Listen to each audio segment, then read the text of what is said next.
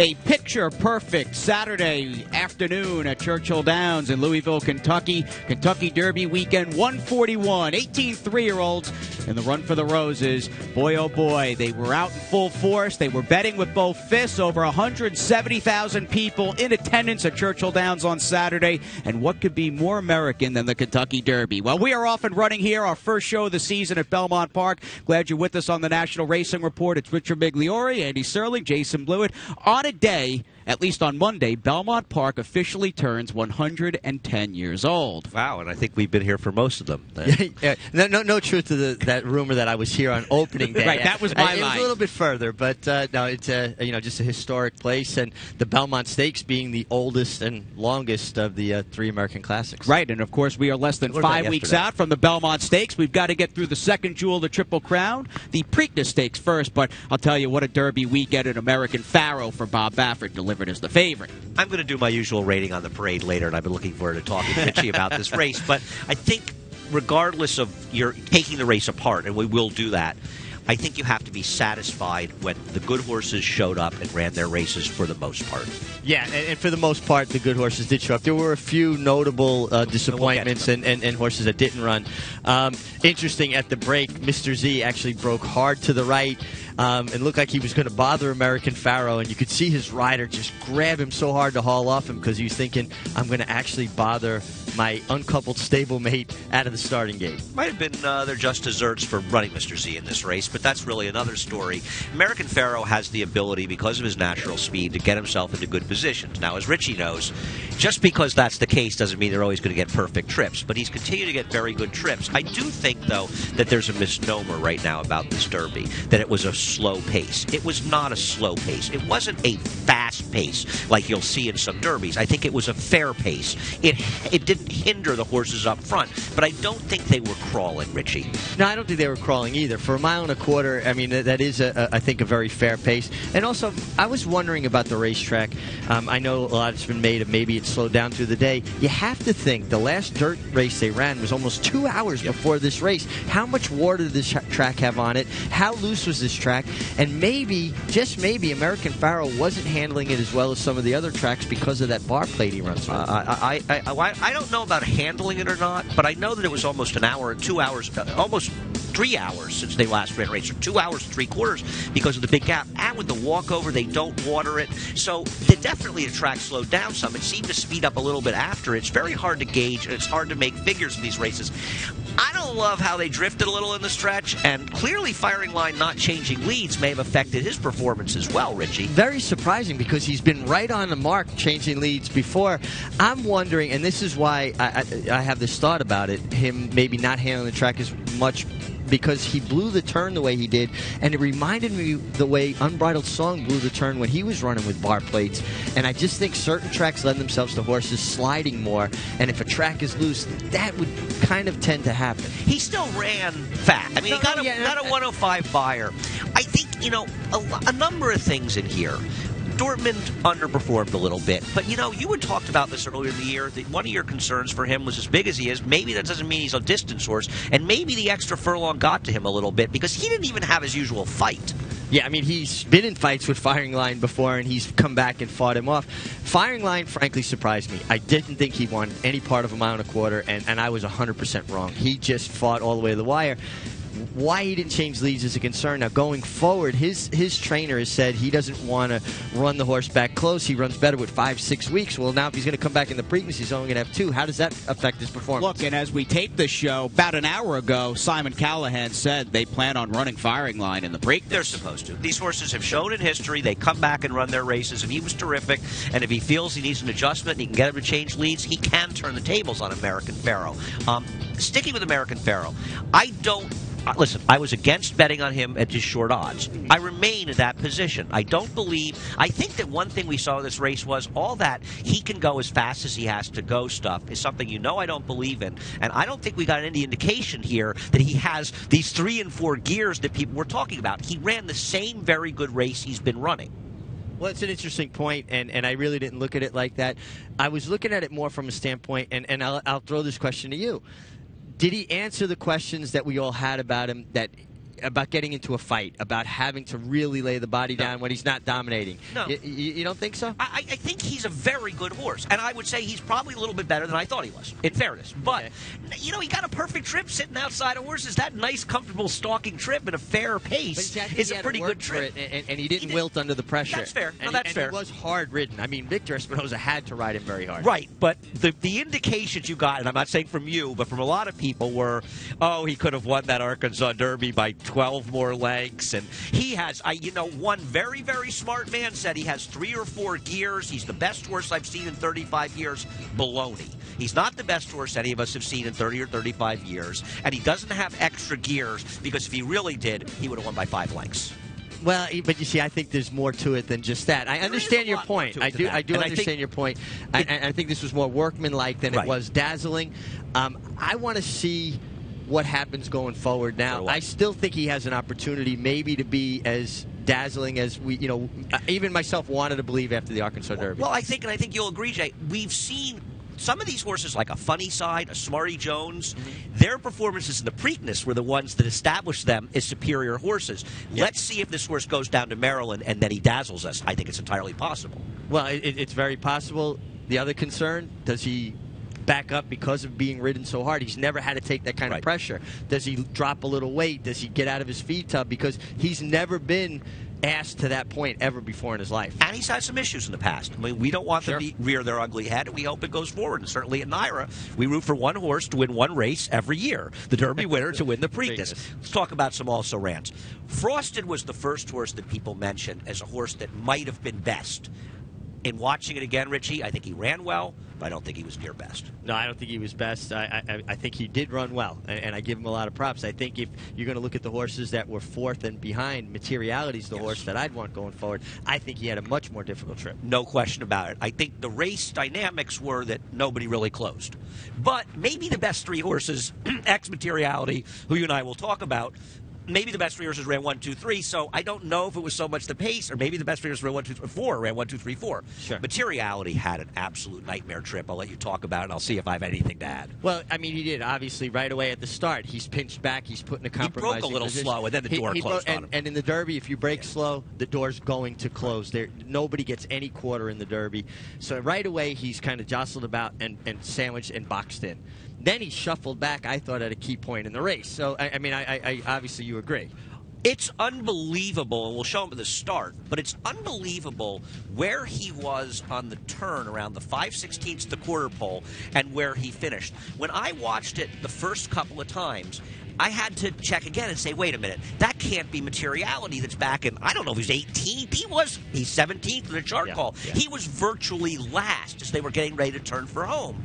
And yet he managed to weave his way through horses. Now, I know they weren't flying at the end, but considering the start, being out of position, his lack of experience, shuffled a little early, shuffled more late, and to come with that run, that's a very special horse. Well, and that's what makes it even more impressive. He's never been in any of those kind of positions. He had about 10 races worth of experience in the Kentucky Derby, and the fact that he fought on and fought through it, that said more about him to me than anything he's done previously. Yeah, and I know, I had talked to John Velasquez about he and Carpe Diem in Kentucky, and, talking about their great talents, and he certainly indicated it was no knock on Materiality that he was riding Carpe Diem, because he understood that Materiality is a very special horse, and wherever we see him, this horse, I hope going forward, he could be the best horse in this division. Not trying to knock American Pharoah, but boy, do I want to see him get a clean trip. I think he made he announced that to the world yesterday, because he learned more about him in defeat than you did in his victories. No question. Just quickly, and I know we got to move on. We got a lot to cover. Upstart.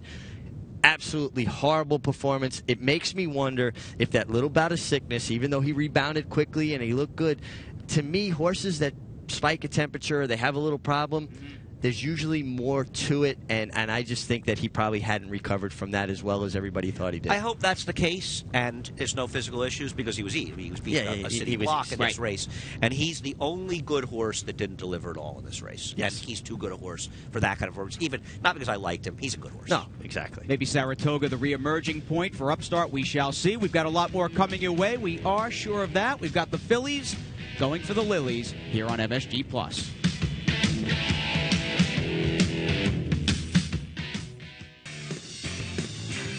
We look ahead, the Belmont Stakes, the Test of the Champion here on Saturday, June 6th, a 3-day festival, 17 stakes, $10 million on the line. Tickets are on sale now at BelmontStakes.com. Do not wait. American Pharoah, the favorite one. There's a lot of hype with this horse. Don't wait until this horse wins the Preakness to jump in and go to BelmontStakes.com for those tickets. You're dead right. From a mathematical standpoint, when the favorite wins the Kentucky Derby, you're now looking at an even money shot at the Preakness. So now it's a coin flip. So if you're deciding whether or not you need to get Belmont State tickets and there's still some left, there's a coin flip that there will be none left in 2 weeks. Oh, you know, if he wins the Preakness, it's going to be very very hard ticket to get. Yeah, and you know what? That's true. Please don't. That'll be my voicemail. This is Jason. This is my voicemail, and I don't have any Belmont Stakes tickets. From 1.25 miles with the Colts to the 9 furlongs on Friday in front of 120,000 plus with the 3-year-old fillies. A big field, a competitive race in the Kentucky Oaks, and it's Larry Jones back in the winner's circle. I think that the rider, Clark, this is the story coming out of this race. But let's talk about the horses for a second. This Lovely Maria is a very nice horse. I still don't leave this race feeling like I got a lot of answers about a division that remains wide open.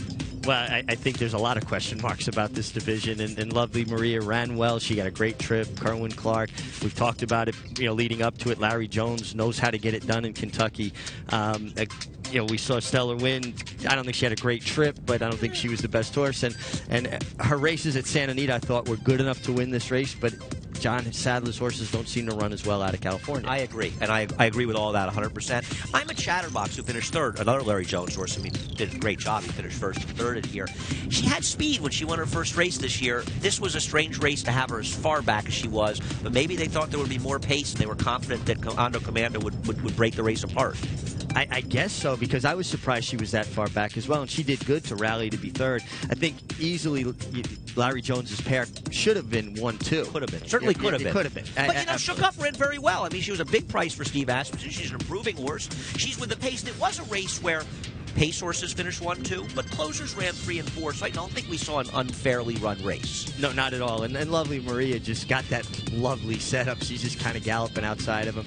One thing that struck me, Kerwin Clark hasn't been in this position a lot of times. He's a journeyman rider that's done well throughout his career, but he only won his first Grade 1 on this filly in the Ashland. He actually was very, very cool, calm, and collected, and that speaks to how much horse he felt like he had underneath him. No, I agree, Richie. He rode this horse like it was the 4th race on a Thursday at Fairgrounds. I mean, he seemed to have her in the right spot, and he did everything he had to do, and she responded. No, she got an absolutely perfect trip. Thing was, I'm a Chatterbox felt like she could have been in a similar spot. It's just funny they were farther back. Let's talk about Condo Commando. Obviously a disappointment, but I think you have to look at the perspective. Mike Dubb ran this horse in the $75,000 claimer in her first start. She won. She's now won 2 Grade 1s. She was the second choice of the Kentucky Oaks. She's not really a 1 1/8 horse, and this was a tougher spot for her, obviously, and she wasn't able to control in the same way as the past. Maybe she's not good enough to win this kind of race, but that doesn't mean the test couldn't be right in her wheelhouse. Well, that's what I'd like to see. I'd like to see her turn back. Acorn, Test, 7/8, 1 mile, 1 turn. She also is a filly that has a tendency to want to get out. When you ride those horses on a 1-turn race, you don't have to get in their mouth. You can let them run down the backstretch without inhibiting their stride, and I think she's really, that's her strength. I think 1 1/8 was always stretching it for her. Yeah, no, she's been an overachiever, and she will overachieve again later in her career. Eskin for Money had a little bit of trouble early. She could have been a pace player. She was taken out of the race. Burn Wire, I thought, got a very good ride by Arad, saving some ground. I just don't think she was quite good enough. Seems like a fair result, and the best horse won, but I still am not sure there are any superstars yet in this division. I still want Lady Eli when we talk of superstars as 3-year-old fillies. Seriously. I agree. Right now, she is a grass horse, is the superstar out there. These are very good horses. We're not knocking them, but they need to take a step forward to see an untappable. All right, let's move on. Little Churchill Downs Stakes. Bayern, the center attraction in here. Post number 2 wasn't off all that alertly. But beneath Martin Garcia, found himself in a spot he is rarely in, chasing inside. It seemed to me, and you can barely tell because of this horrendous angle in these races at Churchill, that he just broke about a length slow, and that was it for him. He broke a little bit slow. Sometimes you see that happen, too, with horses coming off a layoff. They just kind of need to shake the cobwebs off, knock the ring rust off. And once he was in that position, you knew he was up against it. Private Zone, who's a very naturally fast horse, is getting to dictate things the way he likes to on the front end. And Martin Pedrosa knows him so well. He knows he likes the fights. He's actually waiting on that horse to almost head him before he sets him down. It helped it was Dave's mine shaft, as it turned out. Well, but I agree. He ran well, but you're right. No, he absolutely. He ran very well, actually. And Private Zone's a terrific horse, and let's give him a lot of love. Because, as you say, he's fought back for years now in big races and delivered. Bayern, who you know I love. I mean, I'm one of Bayern's biggest fans. At a certain point, though, it's not that he needs everything to go his own way, per se, but boy, I mean, a little adversity to him, a straw in his path, and he just says, no, thank you, and I don't like that. And this also followed no race in the San Antonio, a hiccup over the winter, coming back. I get it was a race worth $500,000 on Derby Day, but he brings him back at a grade 2, not a grade 1. Looking at the big picture, maybe Bob Baffert wasn't 100% confident in Bayern going in. I doubt he was. He's a smart guy, and he knows, and he'll benefit from even a little tour around the track. And let's face it, he was easy in the Preakness, basically. He ran this kind of race in the Preakness, and he came back 3 weeks later and ran about as good a race in the dirt as we saw a year on the Woody Stevens. I wouldn't dismiss his chances coming to that mile. I wouldn't dismiss his chances, but like this race, he was compromised at the start in the Preakness, and then he absolutely spit the bit. You would like to see him show just a little bit more toughness to him. You know he's brilliant. You know he could really run. He won it out in the Breeders' Cup Classic, to be fair, but I agree. He needs things to go his own way. Yeah, and he did run fight very well. Right. But you know, it seems like if he gets hit with a little dirt in his face or he gets bounced around a little between horses, he takes his ball and goes home, and that's not a great quality in a racehorse. And as we saw, and we'll see later in the show, he's going to face at least one horse that we know is very, very good in that mile. Well, the Metropolitan will be a familiar race, at least on this show, because you've got Bayern coming here on Belmont Stakes Day. We'll get the Tonalist's 4-year-old debut a bit later. And what about Honor Code, who's dropping out of a loss against Britannico in Friday's Ali Sheba? I think we have to talk about Honor Code, who's the distant trailer in this race. I'm interested in your thoughts, and then we'll hear mine. Well, the only thing I thought is going in the first turn, Javier Castellano was intent on getting him back almost as far as he was getting him back in sprints, but in sprints he's getting outrun. And once he got him back out of the pack, the horse spit the bit out. It was like he got by himself and he said, well, okay, I'll just gallop around back here. And you're not going to make up that kind of ground when they're going this kind of pace as opposed to a fast pace. And Javier is too smart a rider, and Sugar's too smart a trainer not to have looked at the PPs and realized that this race had no pace on paper. I mean, it was not the Remsen, but in the Remsen, a race where actually it looked like there was more pace on paper, they at least got in the position when it slowed down, he could put himself in the game. And in this race, he completely took him out of the race. And to be honest with you, first of all, I think you'll agree, a one-turn mile, one-turn 7-furlong races, both are going to be more suited to a closing sprint, a closing horse like him, because you rate to get a faster pace.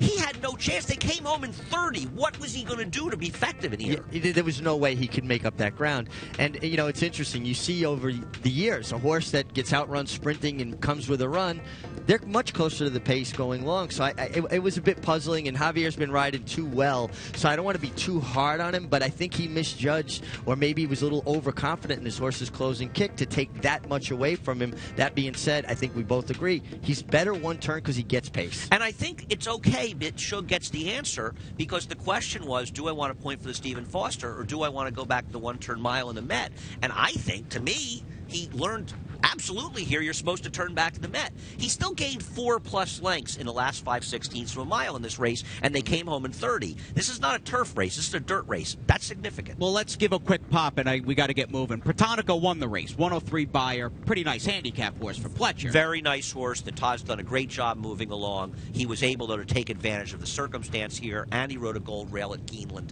I think he's a little bit dressed up, to be honest. But I do like the way he fought back, because it looked like he was beat at the 16th ball, and I like when horses come back. He's a real grinder with the big heart. Stephen Foster, likely his next race, that is, for the Pletcher barn moving forward. As we get on to the Humana Distaff, and Todd Pletcher, Bobby Flay, and Javier Castellano narrowly got this one in what essentially was just a locked horns 3-horse battle off the quarter pole. If you're Todd Pletcher, you can't be unhappy that the Connections, whoever made the choice to run Sweet Whiskey and a Lot Trey on the other day, scratched. because you won the race. It's very strange to scratch a horse that was lone speed in a Grade 1 sprint that may have had less speed in it than any Grade 1 sprint in the history of horse racing. Yeah, it really was devoid of early speed, and I think the key to victory was the way Javier Castellano used Dame Dorothy into the turn, knowing he's got a filly coming out of longer races. He's close enough. She should have the stamina. Judy the Beauty's coming off the layoff, so take it to her, and that was the key to the victory. Absolutely. As much as we were somewhat critical of Javier's decisions with Honor Code, he was very, very sharp in winning this race. And take nothing away from Dame Dorothy. We've always been fans. She got it done. She got a Grade 1 win. Judy the Beauty had no real excuse. Just the layoff, I guess. No, she had no excuse, and she fought it out. But if he doesn't attack her tactically when he does, she's going to have a little bit more and probably fights him off. The fact that he made her stretch for a longer time off the layoff was the key. Couldn't agree more. How about Sweet Reason? Rallied to finish 4th. Came back in a very salty race in which the pace held together in a short field. Will we likely see better from her next time for Leah Giamatti? I would think so. I thought she ran well in here. For a second, I thought she might be able to overcome the pace. It was just too slow, relatively speaking, for her to overcome. Still think she ran okay. I thought she ran great, and she'll come back home, and you know she loves Belmont Park. 18 graded stakes on the year and counting for trainer Todd Pletcher, over $5.5 million in graded stakes earnings. And we move on to our final race from Derby Day at Churchill Downs. We head to the turf. It is the Woodford Reserve Turf Classic, a blanket finish and a wild finish coming up as they straighten away off the hedge. I know that Seek Again was affected by the drifting and the rightful DQ of Sky Captain, who got out badly, but he still seemed to be hanging a bit to me. Finnegan's Wake, let's give a little love to Peter Miller and the job he has done with this horse. He got this horse to win a Grade 1 at 1.8 miles. He's more of a distance specialist. Yeah, but it intensified his late turn of foot. I mean, the pace was, I thought, fair. I don't think it was slow. I don't think it was fast. And Sky Captain had to come down. I do think that Seek Again was going to be 4th under any circumstance there. He kind of got there, and I think 1.8 miles is a little bit out of his scope with good horses. I might have suspended Sean Bridgman, who I like a lot, and not taken the horse down, because I agree. I don't know how much the order of finish was affected, but his come out was very, very severe in here. And I'll tell you something. For whatever reason Stephanie's kitten was scratched out of this race, you have to think she might have had a big say in this outcome, the way the race was run. Right, and this was not a vintage Woodford Reserve. These are nice horses. We've seen much stronger races in this race over the decade I or think so. there's been a better horse in this race in the last couple of years that might not have shown up today.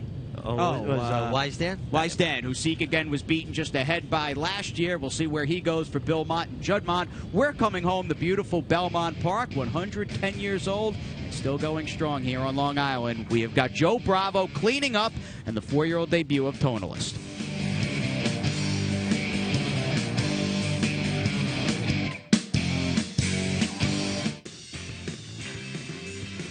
In the home stretch on the National Racing Report on MSG Plus, we hope you're with us as we pretty much hit the white and black checkered on the inside rail, coming right down to the finish line at historic Belmont Park. We hope this is a track in which Competitive Edge will strut his stuff, unbeaten, a perfect 4 for 4. And it reminded me in a way, with him winning the Pat Day Mile, of what it was like Travers Day in '97 when Tail of the Cat won the King's Bishop, and people were talking about him as one of the best 3-year-olds in training. He's certainly a very talented 3-year-old, and that race fell at the cusp of the track changing, and it got a 99 buyer. It could be a little higher. I talked to Andy about it. It's a tough call. They may be tempted to go to the Preakness. I hope they stick to their plan and wait for the Woody Stevens, Richie. Yeah, I can't disagree with that, although I do want to see him stretch out later in the year, because he got very comfortable going the mile, and he was able to use that big, long stride of his. About a one-turn race, but we'll see. I agree. I know their original plan was a Woody Stevens and maybe a stretch out for the Haskell. We'll see. He's pretty exciting, though. Yeah. Let's get it home here to Belmont Park, and what a way to ring in the graded stakes program of the spring-summer meet than with the 4-year-old debut of the Belmont and Gold Cup winner, Tonalist, who was terrific. He, hands down, was sensational, taking Saturday's Westchester. He broke a little bit slow, kind of another horse maybe having to shake the ring rust off. Took him about 1/8 of a mile to find his stride. Joe Bravo was intent on getting him interested, and he went from basically a drive to a pull, and he cruised up in behind him. I thought this was an extremely impressive performance. I tell you what, this was. I had bet confrontation, and I figured he could handle the horse outside of him, but then I saw Tonalist looming behind, and you knew at the 3-ace pole, if not before, that this race was just over. This is a very, very good horse that has taken an important step from 3 to 4. and he looks like a man now. I always thought last year he was built more like Pleasant Colony, even though he's by Tappet. He's out of a Pleasant Colony mare. Well, he's really filled into that frame. He's a big, imposing individual. He's still that rangy look, but he's got the man-sized body to go with it now. Yeah, he is the complete package. And I'll tell you something. They run this horse in the Met, which they likely will. He wins that race, and as a son of Tappet, winning the Grade 1 Met at a mile, the 1 1/4 Jockey Club Gold Cup, and the 1.5 mile Belmont Stakes, he might be about as sexy a sire as you could imagine. What a resume. Think about the horses that have been able to pull off. I'm going to have to go look it up. Horses that have been pull off that trifecta. No kidding. And he'd likely be, if you win the Met, you run second even, you're likely one of the choices in whatever Grade 1 race you wind up in the rest of the season. This is a horse to be reckoned with. It's unfortunate that we lost Shared Belief, and I certainly would have loved to see these two horses square off, but he may be filling big shoes.